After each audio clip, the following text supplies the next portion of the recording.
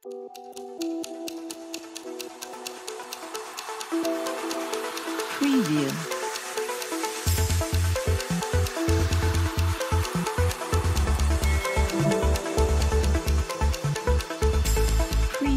बिस्मिल्लाहिर्रहमानिर्रहीम। अस्सलामु अलैकुम वरहमतुल्लाहि वबरकातुहू। औकात टीवी में अब्दुल जब्बार अंसारी आपकी खिदमत में हाजिर है। ख़वातीन हज़रात, शहबाज शरीफ ने अपना जो वापसी का प्लान था उसको ज़रा चेंज कर लिया है और उसने बीमारी का बहाना क्यों बनाया, क्यों उसको वापस जाना पड़ा, इस हवाले से बात होगी। फिर दूसरा ये है कि अरशद शरीफ को उसके करीबी दोस्त के ज़रिए शहीद कैसे करवाया गया, इस हवाले से बात होगी।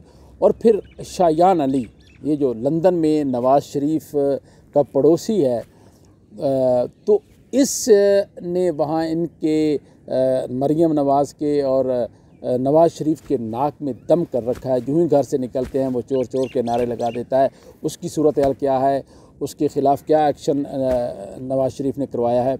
और फिर बात होगी आसन इकबाल के बयान पे कि 6 लाख बहादुरों की फ़ौज के सिपा सालार के हवाले से। तो सबसे पहले हम गुफ्तगू का आगाज़ करते हैं। शहबाज शरीफ जो कि वज़ीर आज़म हैं पाकिस्तान के, वो आर्मी चीफ़ के हवाले से मुशावरत करने गए थे अपने बड़े भाई मियाँ मोहम्मद नवाज़ शरीफ से।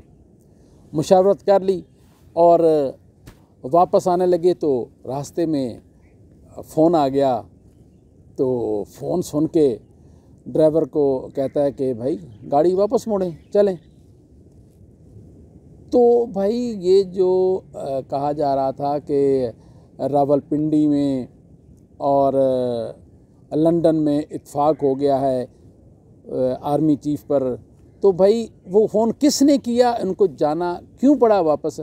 तो उसमें ताकतवर हलकों ने ही उनको जो है ना वो कहा कि आप जो है ना जो फ़ैसला करके, दोनों भाइयों ने फ़ैसला तो कर लिया था आर्मी चीफ़ का, तो अब उनको कहा गया कि ये फ़ैसला नहीं, आप इस फ़ैसले को तब्दील करें। अब उसकी मुशावरत के हवाले से वो वहाँ रुके हुए हैं।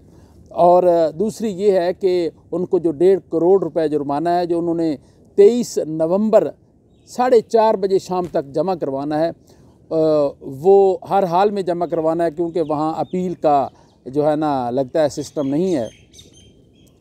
तो अब कितनी शर्मिंदगी की बात है, एक मुल्क का वज़ीर आज़म, उनका दामाद अली, और उन्होंने करप्शन की, यहाँ पाकिस्तान से पैसा चोरी किया गरीबों का, मुस्तहकीन का, और उसको वहाँ शिफ्ट किया और उसकी ख़बर छाप दी डेली मेल ने, जो लंदन से निकलता है। तो उस अखबार की इंतज़ामिया पे इन्होंने हर जाने का दावा कर दिया कोर्ट में। तो उन्होंने जवाब दावा दायर कर दिया, तो उनसे अदालत ने सबूत मांगा, उन्होंने सबूत दे दिया। तो अब ये बुरी तरह फंस गए।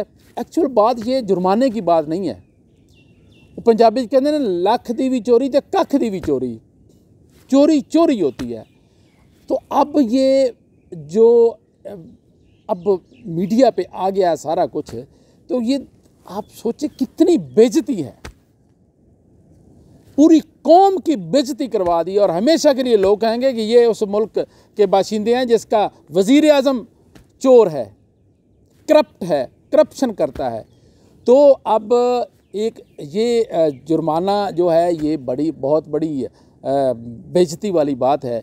तो हो सकता है इस बेइज्जती की वजह से तबीयत ख़राब हो गई हो, क्योंकि इस तरह की जब अचानक टेंशन होती है तो तबीयत ख़राब हो जाती है बंदे की। ठीक है, उनको कुछ वहाँ आराम करना चाहिए और उसके बाद अब ये कोशिश करनी चाहिए कि किसी तरह जुर्माना ना भरें, अपील करें, कुछ करें, सिस्टम किसी तरह बचाएं, कौम की इज़्ज़त को बचाएं।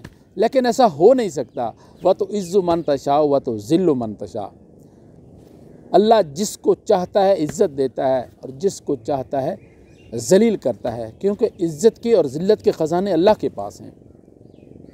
तो अब बात यह है कि आर्मी चीफ़ के हवाले से कल ही बयान दिया है आसन इकबाल ने कि 6 लाख बहादुरों की फ़ौज है और उसके सिपह सलार का फ़ैसला किया जाना है। तो भाई उसके 6 लाख बहादुरों की फ़ौज के सिपह सलार का फ़ैसला चोरों ने करना है, भगौड़ों ने करना है, बुज़दिलों ने करना है। थोड़ा सा मामला यहाँ अदालतों का आता है, वो उसको फेस नहीं करते और बाहर भाग जाते हैं, उनसे करना है। तो जिस तरह के कोर कमांडर्स कॉन्फ्रेंस में ये फ़ैसला हुआ है कि मेरिट पर आर्मी चीफ़ जो है उसको रखा जाएगा, तो बिल्कुल ऐसा ही होना चाहिए। इमरान खान का भी यही मुतालबा है कि मेरिट की बुनियाद पे इसका फ़ैसला होना चाहिए और वो कौम को भी कबूल होगा। दूसरा ये है कि अरशद शरीफ शहीद, इनको के करीबी दोस्त जो जिस पे वो पूरा एतमाद करता था और अपना हर दुख सुख उसके साथ शेयर करता था, तो ये खुफिया इदारों वाले क्या करते हैं कि उस बंदे को ढूंढते हैं, फिर उसको ख़रीदते हैं, फिर उसके थ्रू वार करते हैं। मुझे अपनों ने लूटा, गैरों में कहाँ दम था, मेरी कश्ती वहाँ डूबी जहाँ पानी कम था। अफसोस के साथ ये कहना पड़ता है कि अब जिस पे उसने एतबार किया उसके थ्रू ही अप्रोच की गई और उसको शहीद करवा दिया गया वहाँ। अरशद शरीफ को एक एजेंट जो मॉल था, ये खुफिया एजेंसी के लोग होते हैं और वो आपको आम सादा लिबास में नज़र आते होंगे, आम लोगों में रहते, लेकिन वो एजेंट होते हैं एजेंसियों के। तो उस एक मॉल के ज़रिए जो है ना अरशद शरीफ को शहीद करवाया गया है।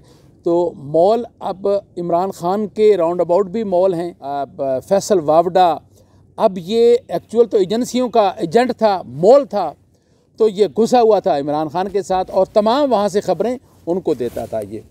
तो अब इतलात ये हैं कि और मॉल भी हैं जिन पे इमरान खान को गहरी नज़र रखना होगी और अपने मामलात को इंतहाई संजीदगी से देखना होगा ताकि उनकी कोई बात लीक ना हो जाए।